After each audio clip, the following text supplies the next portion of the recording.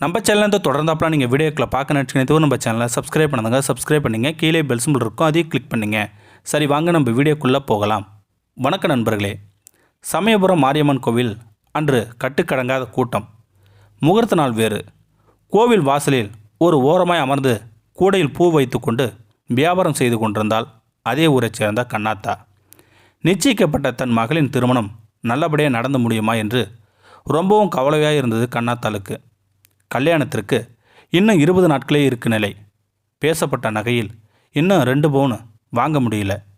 2 பவுனுக்கு எப்படியும் 45,000 வேணும்.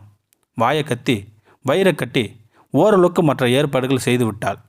2 பவுனுக்காக கல்யாணம் நின்று விடுமோ என்று. அப்படி நின்று விட்டால் பெண்ணின் எதிர்காலம் என்ன ஆகும்? அவள் கவலையோடு பூக்கட்டி கொண்டிருந்தாள்.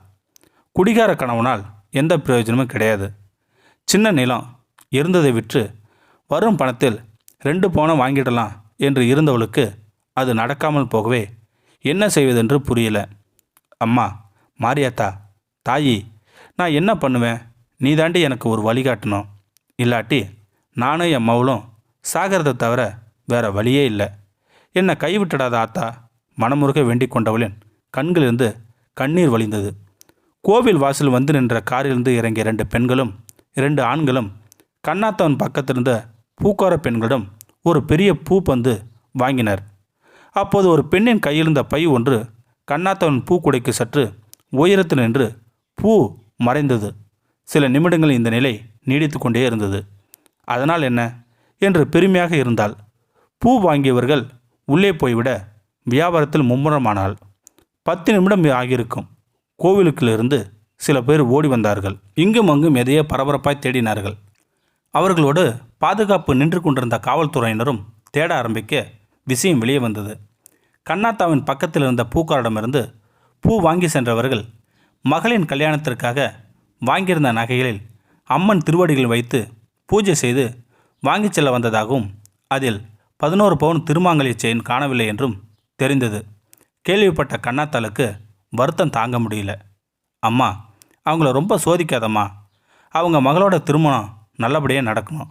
நகை யார் கையில் கிடச்சிதோ அவங்க நல்லபடியாக நல்ல மனசோடு அதை திருப்பி கொண்டாந்து கொடுத்துடணுமா என்று மனமுருக வேண்டினாள். இன்னும் கூடையில் குறைந்த அளவே பூ இருக்க 2 முழம் பூ கொடுங்கம்மா என்று வந்த கேட்டவர்களுக்கு கூடையின் அடியில் இருந்த பூவை எடுத்து முழம் போட முனைத்தாள். கூடைக்குள் பளபளவென ஒரு தாலிச்செயின் மின்னு கொண்டிருந்தது. பேரதிர்ச்சி அடைந்த கண்ணாத்தா அதை கையில் எடுத்துக்கொண்டு தாயி, தாயி, மாரியாத்தா என்று கத்திக்கொண்டே கோவிலின் உள்ளே ஓடினாள். அம்மன் முன் நின்று அழுது கொண்டிருந்த அந்த 2 பெண்களையும் பார்த்த மாத்திரத்திலேயே அவளுக்கு அடையாளம் தெரிந்தது. அம்மா, அம்மா, இதை பாருங்க, தாலி செயின் உங்களுது தானா? கண்ணாத்தன் கையிருந்த செயினை பார்த்த அவர்கள், இதான் நாங்கள் கொண்டு வந்த தாலி செயின்.